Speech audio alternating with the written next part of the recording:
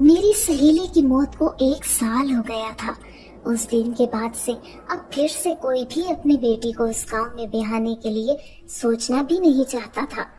میری حالت اب دن بدن خراب ہوتی جا رہی تھی۔ میرا بخار سے برا حال تھا۔ گاؤں کی ایک عورت نے بتایا کہ گاؤں سے کچھ کلومیٹر کے فاصلے پر ایک پیر بابا ہے جو کنواری لڑکیوں کو دم کر دیتا ہے، جس سے وہ بالکل تندرست ہو جاتی ہیں اور ان پر جس جن بھوت کا سایہ ہوتا ہے وہ اتر جاتا ہے۔ میری اماں مجھے لیے اگلے روز ہی اس پیر بابا کے پاس پہنچ گئیں۔ پیر بابا نے میرے ہاتھ کو دیکھا تو کہنے لگا، تجھے اس کی فکر کرنے کی ضرورت نہیں، فکر اس کی جاتی ہے جو ہماری ہو، یہ ہم میں سے نہیں ہے۔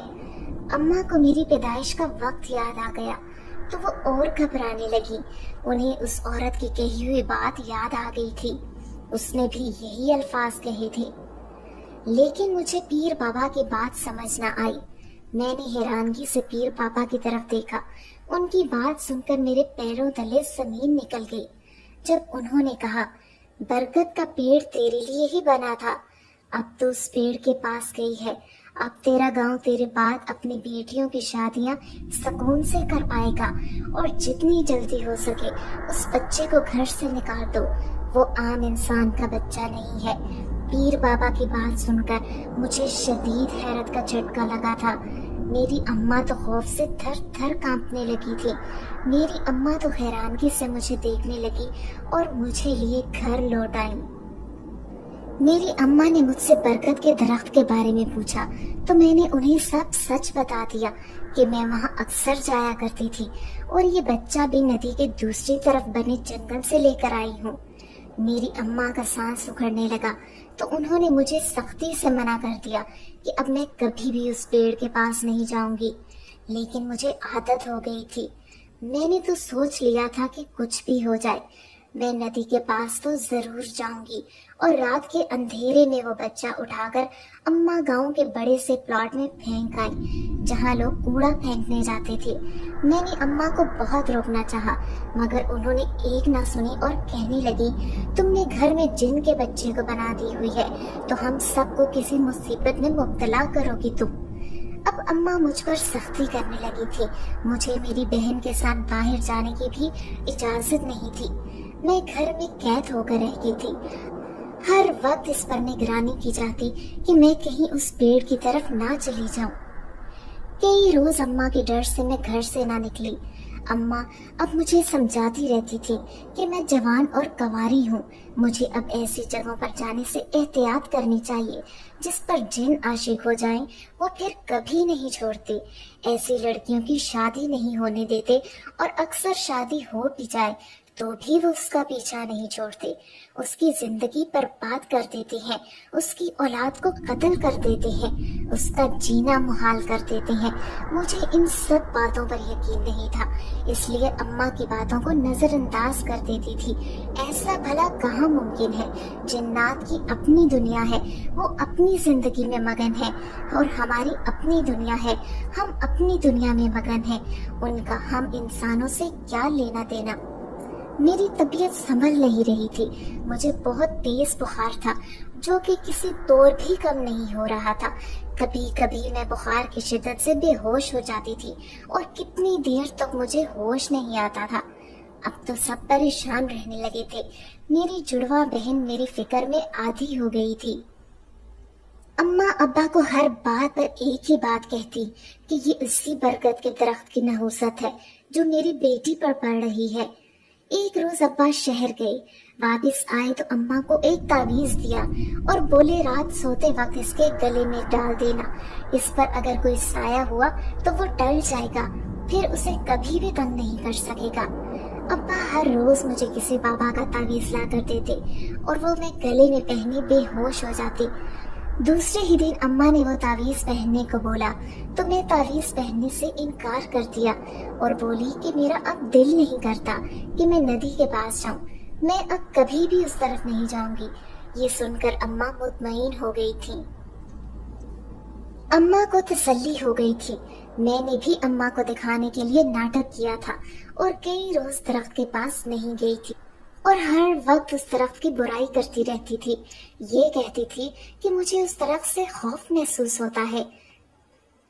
در حقیقت مجھے اس میں انتہائی کشش محسوس ہوتی تھی۔ ایسے لگتا تھا جیسے مجھے وہاں پر کوئی بلا رہا ہے، کوئی انجانی سی طاقت مجھے اپنی جانب کھینچ رہی ہے۔ کئی روز جب میں ندی کے پاس نہ گئی تو ایک رات مجھے خواب آیا کہ میں برگد کے درخت کے پاس ہوں اور اس درخت پر چولہا ڈال کر جھول رہی ہوں۔ کچھ دن گزرے تو میں اپنی عادت کے مطابق پھر سے برگد کے درخت کے پاس جانے لگی۔ ندی کے پاس ننھے ننھے پھول اگے تھے۔ میں وہاں بیٹھ کر ہر روز اس برگد کے درخت اور اس ندی سے وعدہ کرتی کہ میں شادی نہیں کروں گی بلکہ روز تم دونوں سے ملنے آؤں گی۔ مجھے ایسا لگتا تھا میری اس بات پر درخت جھوم اٹھا ہو، اس سے پتے گرنے لگتے تھے اور ایسے لگتا تھا جیسے وہ میری بات پر خوشی کا اظہار کر رہا ہو۔ کوئی عام انسان مجھے ایسے بے زبان جانداروں سے بات کرتا دیکھ لیتا تو یقیناً مجھے پاگل سمجھتا یا مجھ پر بھوت پریت کا سایہ اس بات کا یقین کر لیتا۔ اب میں جوان ہو چکی تھی۔ شہر والے رشتہ داروں نے کہنا شروع کر دیا تھا کہ اس کی شادی کر دو، جوان ہو گئی ہے، مگر ابا اماں گاؤں کے حالات کی وجہ سے میری شادی نہیں کرتے تھے۔ کچھ میری طبیعت بھی اکثر خراب ہو جاتی تھی تو اماں کا یہ کہنا تھا کہ جب تک میں مکمل طور پر صحت یاب نہیں ہو جاتی وہ میری شادی نہیں کریں گی۔ بعد میں سسرال میں مجھے بہت سے مسائل کا سامنا کرنا پڑ سکتا تھا، لیکن کب تک ہم دونوں بہنوں کو گھر بٹھا کر رکھتے۔ میری خالہ جو شہر میں رہتی تھی اس نے اماں سے میرا رشتہ مانگ لیا۔ لڑکا بھی پڑھا لکھا تھا۔ اماں نے تھک ہار کر میرا رشتہ خالہ کے بیٹے سے طے کر دیا، مگر اب ایک نئی پریشانی نے آن گھیرا تھا کہ گھر پر 2 وقت کی روٹی کھانے کو ملتی نہیں تھی تو جہیز کا سامان کہاں سے لاتے۔ میری خالہ نے امی سے کہا کہ انہیں جہیز کا لالچ نہیں ہے، انہیں کچھ بھی نہیں چاہیے، مگر میری ماں مجھے خالی ہاتھ رخصت نہیں کرنا چاہتی تھی۔ وہ کہتی تھی بیٹیاں پیدا ہوں تو ان کا جہیز کا سامان بننے لگتا ہے۔ میری اماں کو بھی ہمارے پیدا ہوتے ہی ہمارے جہیز کی فکر لگ گئی تھی، لیکن حالات کچھ اس طرح کے تھے کہ کبھی بھی اماں جہیز کے لیے پیسے نہ جوڑ سکی۔ اس پر گاؤں بھر میں اڑنے والی افواہیں۔ لیکن اب اماں پریشان رہنے لگی تھی کیونکہ خالہ جلدی شادی کرنا چاہتی تھی۔ ابا بھی دن بھر فکر مند رہتے۔ ابا نے اپنے مالک سے کچھ پیسے ادھار مانگے تو مالک نے خوش دلی سے 2 لاکھ کا قرضہ ابا کو دے دیا اور بولے کہ یہ میری طرف سے تمہاری بیٹی کے لیے تحفہ سمجھ لینا اور اس کو واپس کرنے کی فکر نہ کرنا، یہ تمہاری بیٹی کے لیے تحفہ ہے۔ ابا خوشی سے آنسو بہاتے گھر آئے تو ہم سب کی جان لبوں پر آ گئی۔ ہم نے ابا سے پوچھا کہ آخر ہوا کیا ہے تو ابا نے 2 لاکھ روپے نکال کر اماں کے سامنے رکھے اور بولے کہ اپنی بہن سے بولو جب دل کرے تب بارات لے آئے۔ اماں تو اتنے روپے دے کر حیران رہ گئی تھی۔ اماں نے ابا سے پوچھا کہ کہاں سے آئے ہیں اتنے پیسے، تو ابا بولے کہ میرے مالک نے تحفے میں دیے ہیں۔ ہم سب اس امداد غیبی پر بہت ہی زیادہ خوش تھے۔ ہم سب تو ابا کے مالک کی فراخ دلی پر حیران تھے۔ اگلے روز ابا کام پر گئے تو مجھے بھی ساتھ لے گئے تاکہ میں بھی مالک کا شکریہ ادا کر سکوں جو انہوں نے مجھے اتنا خوبصورت تحفہ دیا۔ میں نے مالک سے جا کر شکریہ کیا تو وہ حیران ہونے لگے اور بولے کہ کس بات کا شکریہ۔ میں نے حیرت سے ابا کی طرف دیکھا تو ابا مسکرانے لگے اور مالک سے بولا جو کل آپ نے میری بیٹی کو 2 لاکھ کا تحفہ دیا ہے اس کا شکریہ بول رہی ہے۔ مالک پہلے تو سنجیدگی سے ہمیں دیکھنے لگے، پھر بولے تو ہمارے سر پر آسمان ٹوٹ پڑا جب مالک نے کہا کہ کون سے 2 لاکھ روپے؟ میرا دماغ خراب ہے جو میں ایک ملازم کی بیٹی کو 2 لاکھ روپے دوں گا۔